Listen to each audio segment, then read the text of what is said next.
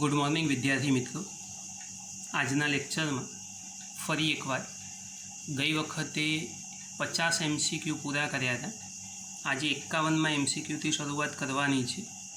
मित्रों, लेक्चरनी शुरुआत में एक सूचना आपी दऊं छूं। ऑलरेडी ये सूचना तमने खबर ज छे कि शनिवारे आपणे एक MCQ नी परीक्षा लेवाना छीए। समय सांजे 5 થી 6 वाग्या सुधीनो छे। JEE नीट पेटर्ननी परीक्षा हशे, एटले के दरेक प्रश्नना 4 मार्क्स हशे अने माइनस सिस्टम एप्लिकेबल थशे। एटले एक प्रश्न जो खोटो पड़शे तो 25%, एटले 1 मार्क्स कपाशे तमारो।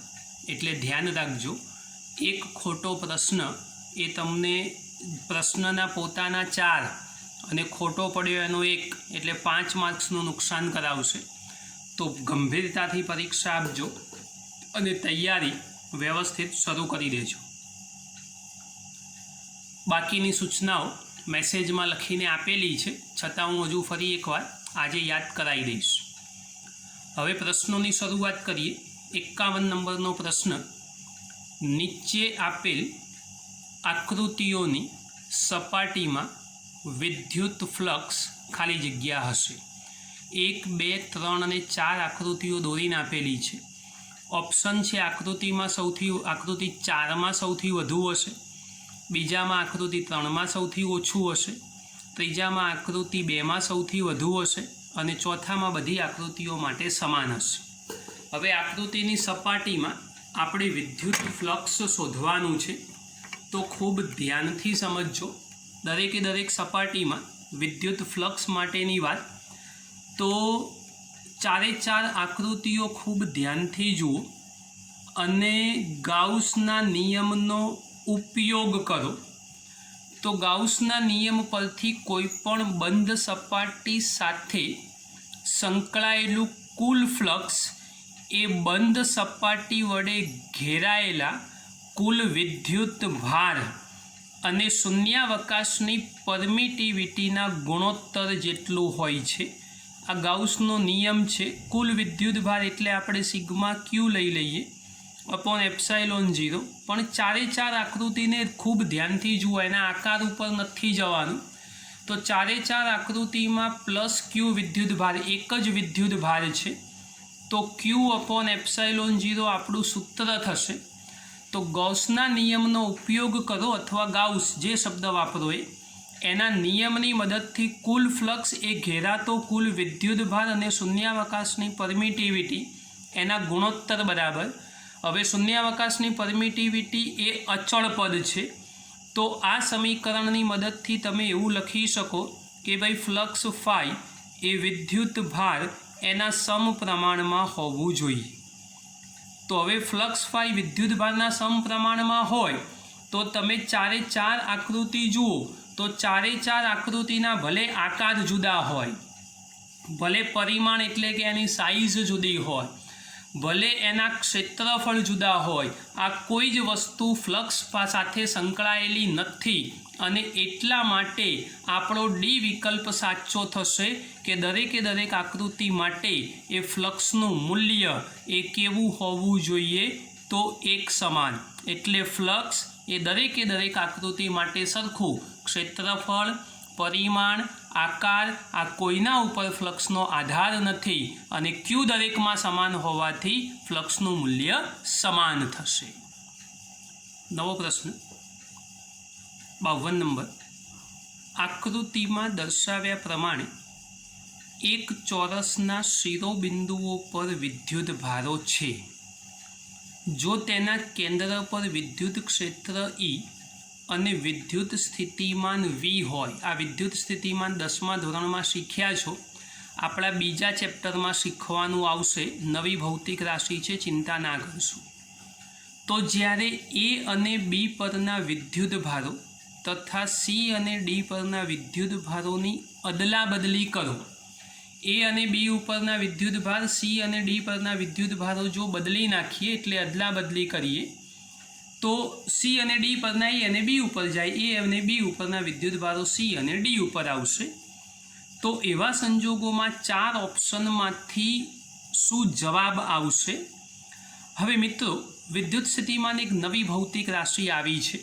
તો વિદ્યુત સ્થિતિમાન ઓલરેડી આપણા બીજા ચેપ્ટરનું નામ છે, સ્થિત વિદ્યુત સ્થિતિમાન અને કેપેસિટન્સ. એટલે વિદ્યુત સ્થિતિમાન તમને ખબર નથી અને ના ખબર હોવાથી એનું સૂત્ર હું અત્યારે લખી દઉં છું. એટલે આપણી જૂની પ્રણાલી પ્રમાણે SVGM શરમાયા વગર ગોખી મારો. વિદ્યુત સ્થિતિમાનનું સૂત્ર થશે V = KQ/R. આ એક નવી વાત છે જે બીજા ચેપ્ટરમાં સાબિત કરીશું. અત્યારે એનો ઉપયોગ છે એટલે સૂત્ર ખાલી કહી દઉં છું. આ ટાઈપના પ્રશ્નો હજુ આગળની પ્રેક્ટિસમાં મળશે તમને, ચિંતા ના કરશો.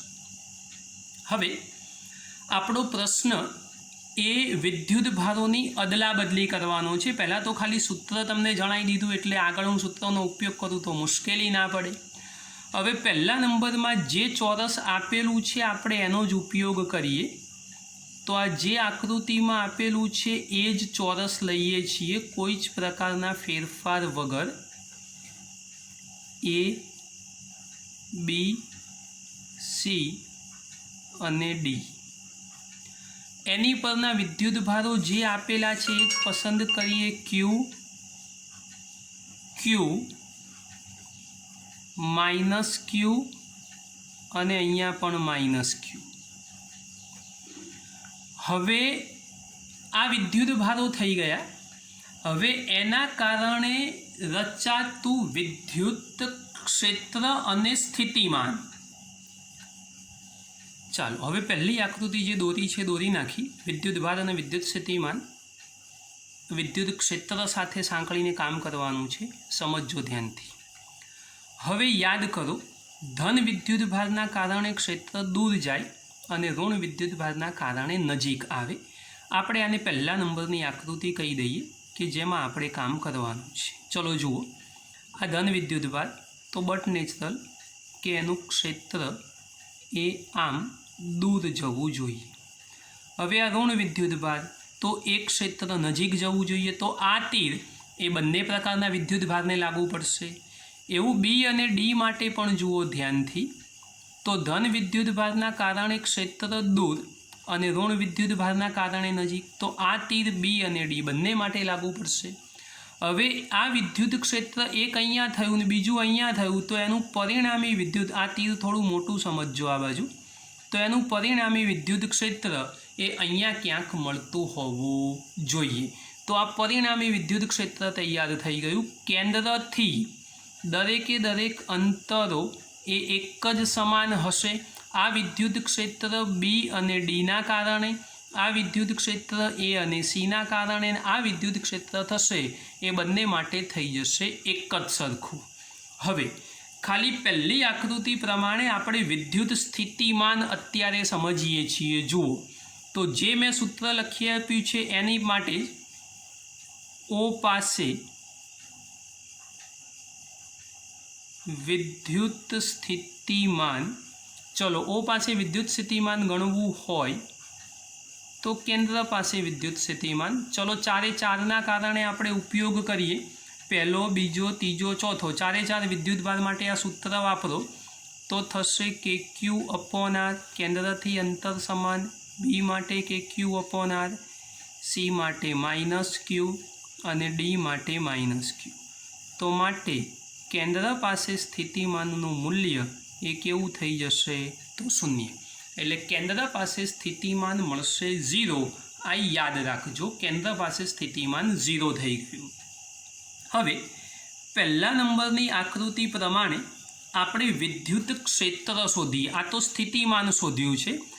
આ જ પહેલી આકૃતિ પ્રમાણે વિદ્યુત ક્ષેત્ર શોધીએ આપણે. તો ચલો વિદ્યુત ક્ષેત્ર શોધવા માટે શું કરશો? તો સૌથી પહેલા નંબરમાં દાખલા તરીકે એ અને સી એના ક્ષેત્રને આપણે E1 નામ આપી દો. તો E1 = KQ/R² પ્લસ KQ/R². ચલો આની દિશા કઈ કહીશું આપણે? તો દિશા O થી C તરફની દિશા મળશે એટલે O થી C દિશામાં. હવે એ જ પ્રમાણે E2 લઈએ તો E2 ઇઝ ઇક્વલ ટુ શું કરીશું કે ક્યુ અપોન આર સ્ક્વેર પ્લસ કે ક્યુ અપોન આર સ્ક્વેર. અહીંયા દિશા કઈ મળશે તો થી ડી તરફની દિશા મળશે. એટલે એથી સી, એ અને સી વિદ્યુતભાર માટે વાત કરી, એ રીતે બી અને ડી માટે કરી. આ બંને માટે આપણે શોધી દીધું. હવે એનું પરિણામી વિદ્યુત ક્ષેત્ર વિચારીએ. સમજો ધ્યાનથી. હવે પરિણામી વિદ્યુત ક્ષેત્ર આપણે મૂલ્યો પસંદ કરેલા છે, ધ્યાન રાખજો. તો પરિણામી વિદ્યુત ક્ષેત્ર mode of E is equal two square root of E1 square plus E2 square. ચલો આ બંને તો સરખા કે ક્યુ અપોન આર સ્ક્વેર, એટલે શું કરશો આ 2 ટાઈમ્સ, એ પણ અહીંયા આગળ પણ સેમ ટુ સેમ થશે 2 ટાઈમ્સ. તો ડાયરેક્ટ લખી દઈએ 2KQ upon R square plus 2KQ upon R square. બંનેની અંદર એક જ સરખું કરી દીધું. અને વર્ગ છે તો વર્ગ તો કરવો જ પડશે, એ ભૂલી નહીં જવાનું. ચાલો હવે વર્ગનું કામ પૂરું કર્યું. હવે એનું જો સાદું રૂપ આપણે કરવું હોય તો હવે એ સાદું રૂપ શું થશે તો અહીંયા થશે 4k square Q square upon R raise to 4. અહીંયા થશે 4k square Q square upon R raise to 4. તો કમ્પ્લીટ સાદું રૂપ 4 અને 4 એટલે ટોટલ થઈ જશે 8 કે square Q square upon R raise to 4. સાદું રૂપ 8 એટલે 2√2, 8 એટલે 2√2. કે સ્ક્વેરનો કે થાય, ક્યુ સ્ક્વેરનો ક્યુ થાય અને અપોન આર રેસ ટુ 4નો આર સ્ક્વેર થઈ જશે. આની દિશા જે મળી એ દિશા આપણને કઈ મળવાની છે તો અધો દિશામાં. આ દિશા જે મળી એ દિશા આપણને કઈ મળશે તો અધો દિશામાં. હવે બીજી આકૃતિ વિચારો. આ ગણતરી તમારે જાતે કરવાની છે, હું નહીં કરી આપું, પણ ખાલી વિચારો. આપણને એવું કીધેલું છે ચોરસ એ જ છે, A, B, C અને D. અહીંયા 2 ઋણ વિદ્યુતભાર થઈ જશે અને અહીંયા 2 ધન વિદ્યુતભાર થઈ જશે. પરિસ્થિતિ એવી મળવાની કે આ ક્ષેત્ર એ આગળ દોર્યું એ જ પ્રમાણે, પણ ધન માટે દૂર, ઋણ માટે નજીક, એ પ્રમાણે અહીંયા.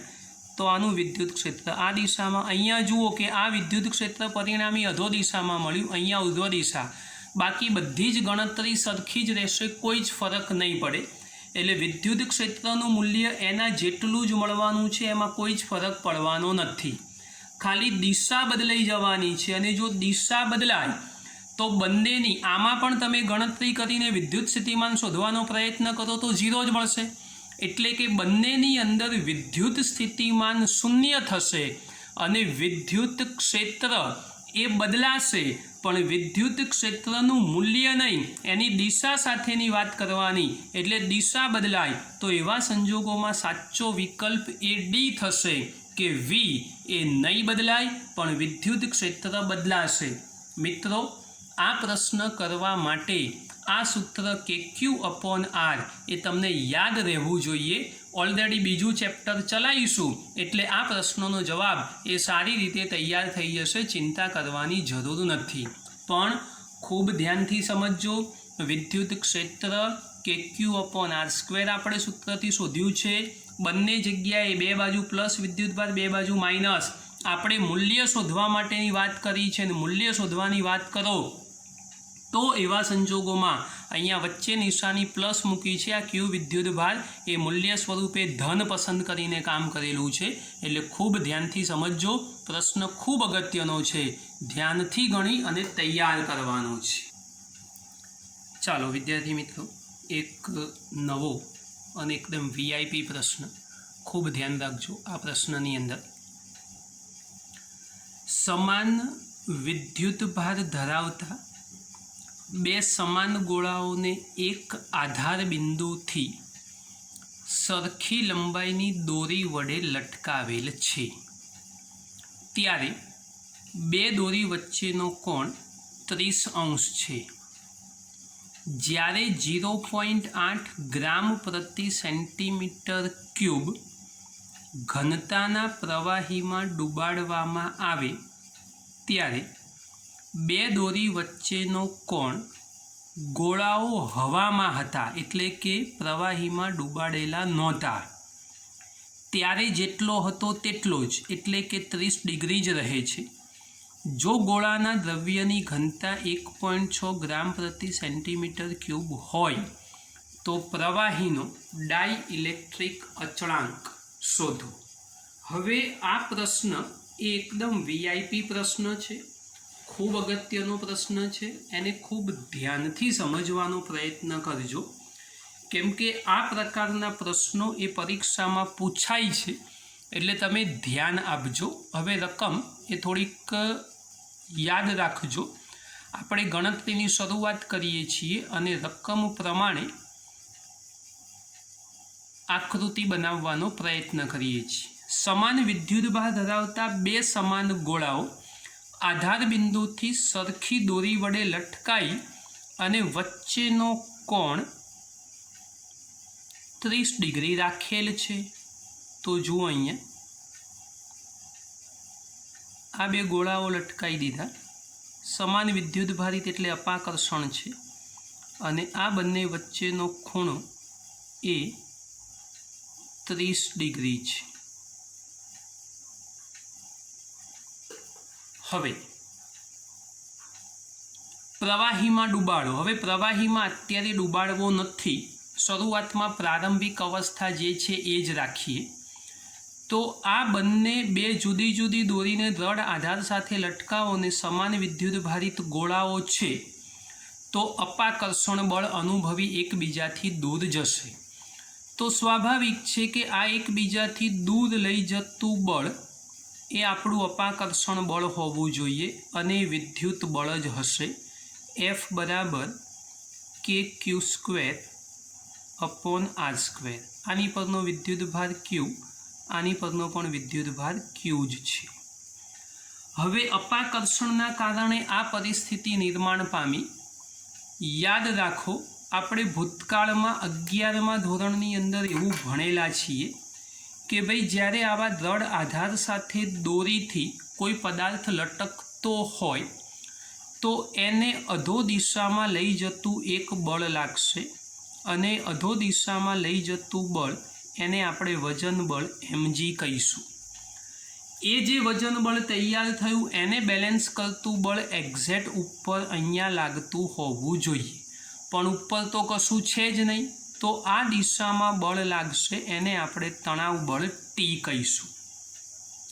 હવે તણાવ બળ T છે તો એના બે ઘટકો વિચારી શકાય. એક ઘટક અહીંયા પ્રાપ્ત થશે અને બીજો ઘટક અહીંયા પ્રાપ્ત થશે. આવા બે ઘટકો મળવાના. હવે વિચારો કે ભાઈ અહીંથી એક શિરોલંબ સીધી રેખા દોરી દઉં તો આ 30 ડિગ્રીવાળો આ જે ખૂણો તૈયાર થયો અડધો એ 15 ડિગ્રી થશે અને 15 ડિગ્રી સાથે જો તમે આમથી આમ Z બનાવો તો અહીંયા આગળનો ખૂણો પણ 15 ડિગ્રી જ થશે. હવે આ 15 ડિગ્રી ખૂણો તૈયાર થયો તો આપણે ટીના બે ઘટક વિચારો. જ્યાં ખૂણો બને ત્યાં કોસ એટલે T cos 15 અને આ સાઇન તો અહીંયા થશે T sin 15. એટલે ગોળાઓ જ્યારે હવામાં છે એ વખતની વાત ચાલે છે, હજુ હાલ એને આપણે પ્રવાહીમાં ડૂબાડેલા નથી, યાદ રાખજો. ચાલો સૌથી પહેલી પ્રારંભિક ગણતરી કરી લઈએ આપણે. તો ગોળાઓ હવામાં છે એ વખતની વાત કરીએ. ગોળાઓ હવામાં હોય ત્યારે સંતુલન અવસ્થામાં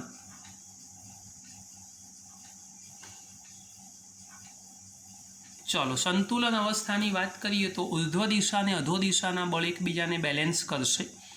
એટલે આપણે લખીશું T sin 15 degree is equal two FE, આ ઇલેક્ટ્રિક ફોર્સ T sin 15 ને આ બંને બળો બેલેન્સ કરશે. એવી રીતે ઉર્ધ્વ દિશાના તો T cos 15 degree is equal two mg। આ સમીકરણ નંબર 1 અને આ સમીકરણ નંબર 2 તૈયાર થઈ ગયું। બે સમીકરણો જે આપણને પ્રાપ્ત થયા છે એ બંને સમીકરણનો ગુણોત્તર લઈ લો। તો 1 અને 2 નો ગુણોત્તર લેતા માટે t sin 15 upon t cos 15 is equal to fe upon mg। t cancel करो, साइन अपॉन cos एटले tan थई जशे। tan 15 डिग्री बराबर fe upon mg। Equation number 3 तैयार थई गई। हवे ज्यारे गोळाओने प्रवाहीमां डूबाडो तो 11मा ધોરણમાં ભણ્યા હતા એ પ્રમાણે ઉત્પ્લાવક બળ એનો સામનો કરવો પડે। તો હવે એની વાત કરીએ છીએ આપણે। તો સમજો ગોળાઓને પ્રવાહીમાં ડૂબાડીએ એ વખતે શું થશે। તો ગોળાઓને પ્રવાહીમાં डूबाड़ता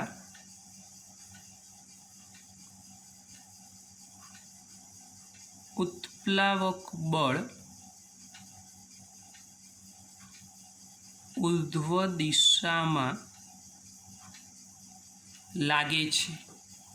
हवे गोळा में उत्प्लावक बल लाग्यु तो बे बळो थया तो आपणे परिणामी पण लेवुं पड़शे। तो माटे F dash is equal to mg अधो दिशानु बल माइनस एम डैश जी केम के प्रवाही में दळनु द्रव्य आपणने कोईपण द्रव्यनु दळ ए आपणने अलग अनुभवाशे। माटे एफ डैश बराबर M minus M dash into G थई जशे। हवे आ जे समीकरण तैयार थयुं बळवाळुं समीकरण नंबर 4 आनो ज उपयोग करी फरी एकवार आकृतिमां दर्शाव्या प्रमाणेना बळोने सरखावो। एकमां एम जी हतुं एनी जग्याए थयुं M minus M dash G. तो हवे फरी एकवार सरखामणी करी दईए। तो F dash is equal to T sine 15 અને બીજા નંબરની અંદર M minus M dash G is equal to T cos 15। યાદ રાખજો આ એમ જી જે છે એની જગ્યાએ આપણે શું પસંદ કરેલું છે તો એમ માઇનસ એમ ડેશ ઇન્ટુ જી એ કોસ સાથે અને એફઈ જે હતું એની જગ્યાએ ઉત્પ્લાવક બળવાળી વાત કરી એફ એ આને બેલેન્સ કરશે। ફરી એકવાર આનો પણ ગુણોત્તર લઈ લઈએ। તો ડાયરેક્ટ લખું છું, હવે સમજ પડશે ને, સાઇન અપોન કોસ એટલે tan થઈ જશે। તો ફરી એકવાર tan 15 is equal to F dash એના છેદમાં M minus M dash into G. आ इक्वेशन नंबर 5 थई जशे। प्रश्न बहु ज अगत्यनो छे, ध्यानथी समझो जरा।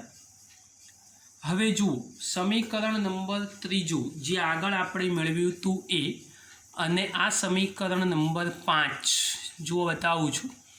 3 અને 5 બંનેના કરતા જુઓ તો 3 અને 5 બંનેના કરતા એક જ સમાન છે। કરતા સરખા હોય તો આ બે સમીકરણોને સરખાવી શકાય। તો 3 અને 5 પરથી ચલો બંનેને સરખાવશો તો થશે એફ ડેશના છેદમાં M minus M dash into G is equal to F E upon M G. हवे याद करो एवं तमने डाई इलेक्ट्रिक अचळांकवाળી वातमां शीखवाड्युं हतुं के भाई पण F dash is equal to F E upon K. જે આપણું બળ છે એ ડાયલેક્ટ્રિક અચળાંકના નવું બળ એ તમારા વિદ્યુત બળના કેમાં ભાગનું હોય. આવું ડાયલેક્ટ્રિક અચળાંક વખતે શીખ્યા હતા અને આ જ વાત બીજા પ્રકરણમાં ફરી એકવાર શીખીશું. તો અહીંયા થશે Fe/K છેદમાં લઈ લો m - m dash into g is equal two Fe/mg. બે બાદથી Fe ઉડાડો, બે બાદથી g ઉડાડો, છેદ ઉપર લઈ જાઓ તો K m - m dash is equal two m. હવે દળ મળી ગયું છે, ઘનતા આપેલી છે, તો આપણું જૂનું સૂત્ર આપણે વાપરવાનું છે. ઘનતા બરાબર દળ ભાગ્યા કદ. તો દળ ઇઝ ઇક્વલ ટુ ઘનતા ગુણ્યા કદ. ચલો સૂત્રમાં કિંમત મૂકો. K સલામત, એમની જગ્યાએ લખશું ρV. પ્રવાહીમાં ડૂબાડો, ઘનતા બદલાઈ જશે ρ'(V) ઇઝ ઇક્વલ ટુ એમની જગ્યાએ ρV. અહીંયાથી રો કોમન કાઢી લો, બે બાજુ ઉડાડી દો એટલે K ρ - ρ' is equal to ρ. Rho બરાબર 1.6 આપેલા છે, -0.8 બરાબર 1.6. K ઇઝ ઇક્વલ ટુ 1.6 ભાગ્યા 0.8 એટલે જવાબ આવશે 2. આ ડાયઇલેક્ટ્રિક અચળાંક તૈયાર થયો. બહુ જ અગત્યનો પ્રશ્ન છે ને, એને ધ્યાનથી સમજજો. આકૃતિ નહીં દોરો તો કામ નહીં થાય. પ્રશ્ન જોઈ અને એવું થાય ઓહો સાહેબ આટલી બધી લાંબી ગણતરી કરવી તો કરવી પણ પડે, કારણ કે 4 માર્ક્સનો પ્રશ્ન છે. એ તો ગણતરી લખવા બેસી એટલે લાંબી લાગે, બાકી એની ગણતરીના કોન્સેપ્ટો જો મગજમાં સેટ કરતા જાઓ તો આટલી લાંબી ગણતરી કદાપી ના લાગે. એને પ્રેમથી ધીમે ધીમે સોલ્વ કરો તો મગજમાં પ્રશ્ન સોલ્વ થઈ જાય. એટલે બહુ જ ધ્યાન રાખીને સમજવાનું છે. આ એક VIP પ્રશ્ન છે, યાદ રાખજો. પ્રશ્ન નંબર 54. દરેક +Q જેટલો વિદ્યુતભાર ધરાવતા બે નાના ગોળાઓ એક 2a લંબાઈની અવાહક દોરીથી જોડેલા છે, તો દોરીમાં તણાવ બળ શોધો. યાદ રાખજો, ઉપરના પ્રશ્નમાં જ મેં શીખવાડ્યું. દોરીનું તણાવ બળ એ બે વિદ્યુતભારો વચ્ચે પ્રવર્તતા વિદ્યુતીય બળ જેટલું હોય. હવે બે નાના ગોળાઓ 2a લંબાઈની અવાહક દોરીથી જોડી દીધા છે, દળ આધાર સાથે લટકાવેલા નથી, એટલે આમાં ઘટકોની વાત ના આવે. ડાયરેક્ટ સીધું તણાવ બળ એ વિદ્યુતીય બળ જેટલું જ હોય. એટલે તણાવ બળ T is equal two Fe is equal two KQ/R². Kની જગ્યાએ 1/4πε0 Q² સલામત રહેશે, અને R એટલે 2a લંબાઈ છે તો 2a નો વર્ગ. 2 નો વર્ગ કરશો એટલે થશે 4 × 4 થઈ જશે 16, એટલે 1/16πε0 ઇન્ટુ Q² એના છેદમાં a². તો તમારો C વિકલ્પ જોઈ લો. Q² ના છેદમાં 16πε0 a². આ પ્રશ્નનો સાચો જવાબ છે. સહેલો પ્રશ્ન. તણાવ બળ એ વિદ્યુત બળને બેલેન્સ કરતું હોવું જોઈએ, એ કોન્સેપ્ટ સાથે આનો જવાબ C વિકલ્પ થશે. 55 નંબરનો પ્રશ્ન. એક વિદ્યુત ડાયપોલનો વિદ્યુતભાર 500 માઇક્રોકુલમ અને લંબાઈ 10 સેન્ટીમીટર છે. તેના કોઈ એક વિદ્યુતભારથી અક્ષ પરના 20 સેન્ટીમીટર અંતરે વિદ્યુત ક્ષેત્રની તીવ્રતા શોધો. સૌથી પહેલાં અક્ષ પરના બિંદુ માટે વિદ્યુત ક્ષેત્ર સૂત્ર યાદ રાખજો જરા. E is equal two 2kPr. થિયરીની વચ્ચેથી લીધેલું સૂત્ર છે, સમજો જરા.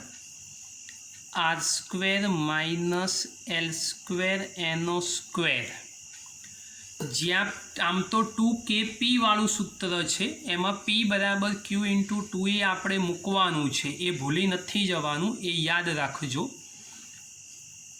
પણ P બરાબર Q ઇન્ટુ 2A આ ભૂલી ના જતા, તો ઇઝ ઇક્વલ ટુ 2 કે Pની જગ્યાએ Q into 2A into R છેદમાં R² માઇનસ L² સ્ક્વેર. ગણતરી તમારે કરવાની છે જાતે, કિંમતો હું મૂકી આપું છું. વિદ્યુતભાર આપેલો છે Q is equal two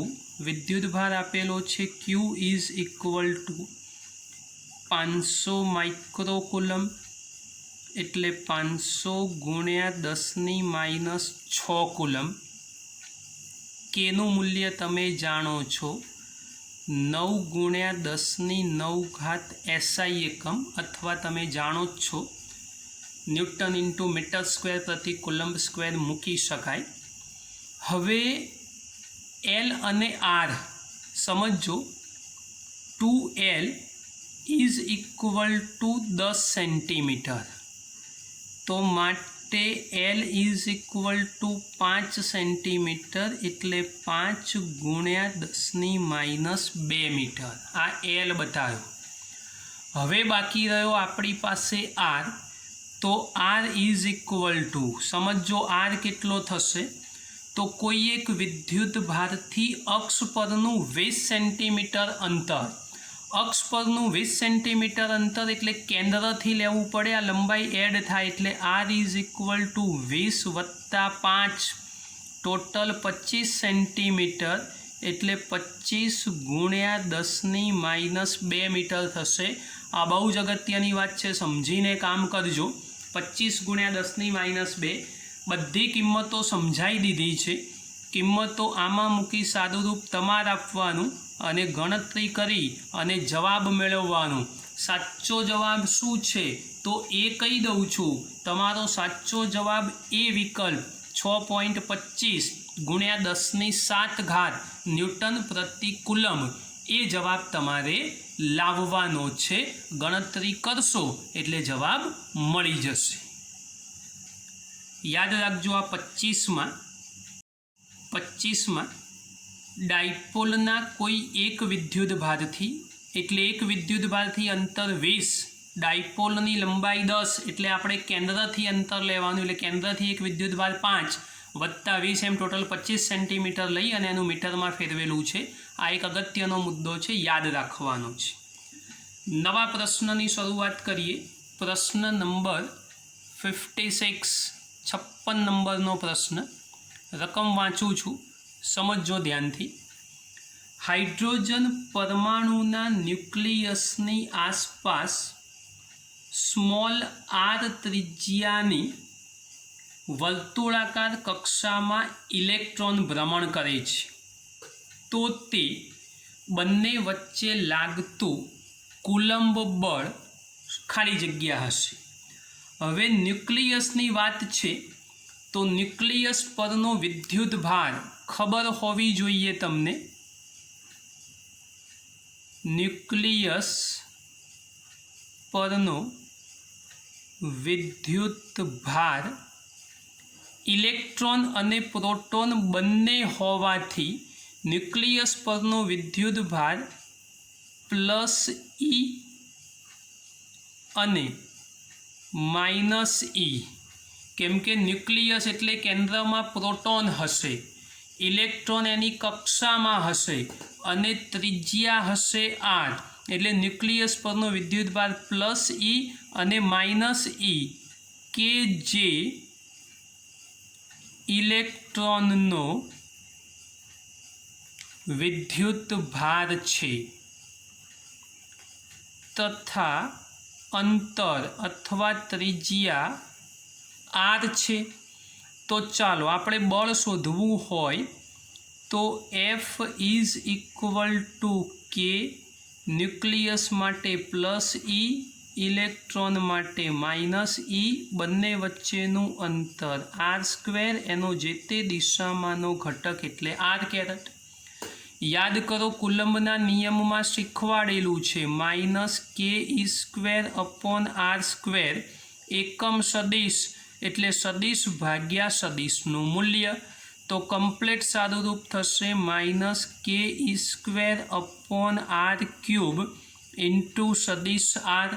4 option मांथी कयो विकल्प देखाय छे तो डी विकल्प -k² इंटू सदिश r।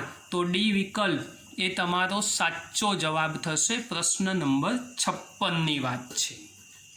हवे नवो प्रश्न, प्रश्न नंबर 57 57 नंबरनो प्रश्न।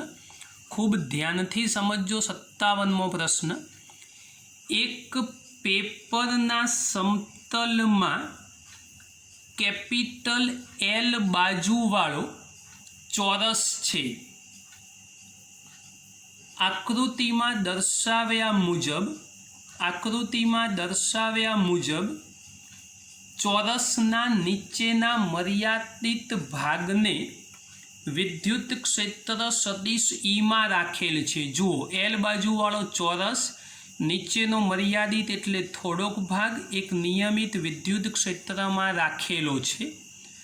तो तेनी बाजू साथे संकळायेलू विद्युत फ्लक्स शोधो।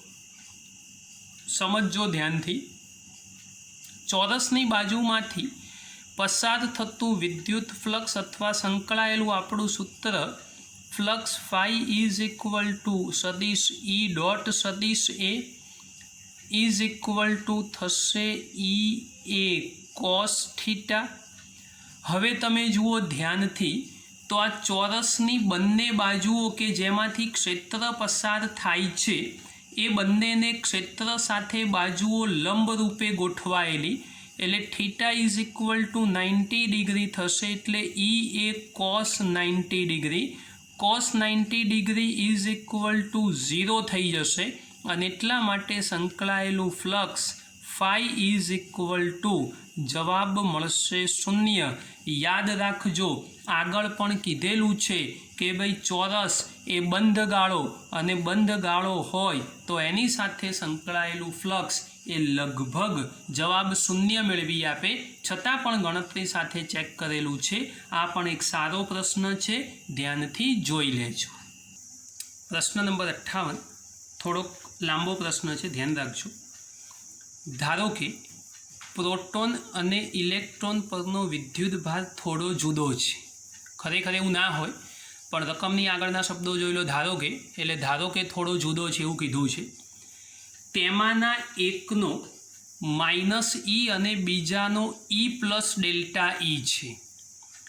परमाणुनी एटले माइनस जुदो, आ थोड़ोक जुदो छे, आ साबिती आपी। परमाणुनी त्रिज्या करता घणा ज मोटा अंतरे रहेला हाइड्रोजनना 2 परमाणुओ वच्चे लागता परिणामी गुरुत्वाकर्षण बळ अने विद्युत बळ शून्य छे। परिणामी एटले आ बंनेनो सरवाळो शून्य छे। तो डेल्टा ई एनुं मूल्य आ 4 ऑप्शन मांथी कया क्रमनुं होय एवुं शोधवानुं छे। सौथी पहेला हाइड्रोजन नो परमाणु 1 इलेक्ट्रॉन और 1 प्रोटोन नो बनेलो छे, जे तमे जाणो छो। तो हाइड्रोजनना पहलो मुद्दो, हाइड्रोजनना एक परमाणु परनो विद्युत भार is equal to QE plus QP। QE is equal to -E रकम में आप्यू छे, QP बराबर E प्लस डेल्टा E रकम में आप्यू छे। तो विद्युत भार थशे डेल्टा E जेटलो। हवे हाइड्रोजन परमाणुनो परिणामी विद्युत भार मळी गयो छे। डी अंतरे 2 वच्चे लागतुं विद्युत बळ जो शोधवुं होय एटले सौथी पहेला विद्युत बळ डी अथवा तो आर अंतर जे बी तमे लो ए, तो विद्युत बळ एटले electric force FE is equal to K एनी जग्याए 1/4πε0 Q1 Q2 पण परिणामी शोध्यो डेल्टा ई एटले एनो वर्ग अने छेदमां d²। आ पहला नंबरनुं समीकरण मळी गयुं। आ पहलो मुद्दो शोधाई गयो। હવે બીજા નંબરની અંદર ગુરુત્વાકર્ષી બળ બંનેનું પરિણામી કીધું છે એટલે એ તો શોધવું જ પડશે. તો બીજા નંબરમાં ગુરુત્વાકર્ષણ બળ. હવે ગુરુત્વાકર્ષણ બળ ઓલરેડી આપણને ખબર હોવું જોઈએ. ચલો ગુરુત્વાકર્ષણ બળને ધારો કે એફ સિમ્બોલ આપી દઈએ તો F is equal to G m1 m2 upon R સ્ક્વેરની જગ્યાએ ડી સ્ક્વેર. m1 અને m2 ઇલેક્ટ્રોન અને પ્રોટોનના દળ છે. ખૂબ ધ્યાનથી ગણતરીમાં સમજજો, ભૂલ ના કરતા. એવું કીધું છે કે બંનેનું પરિણામી બળ શૂન્ય, એટલે પરિણામી બળ શૂન્ય હોવાથી બંને બળોના મૂલ્યો એ સમાન હોવા જોઈએ.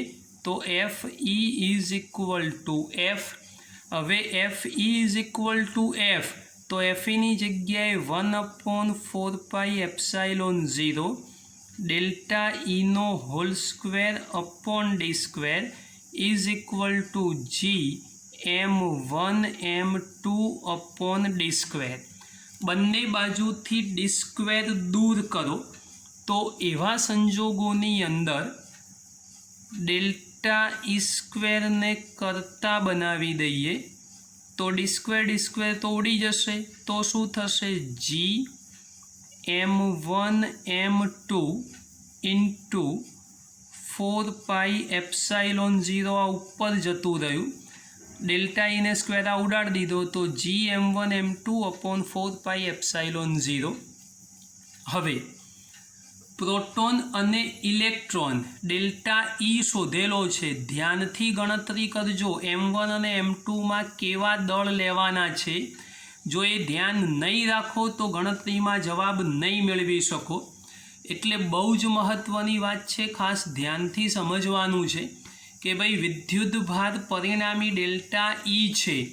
બે પરમાણુઓ વચ્ચેનું પરિણામી બળ શૂન્ય લીધું, બંનેની સરખામણી કરી દીધી.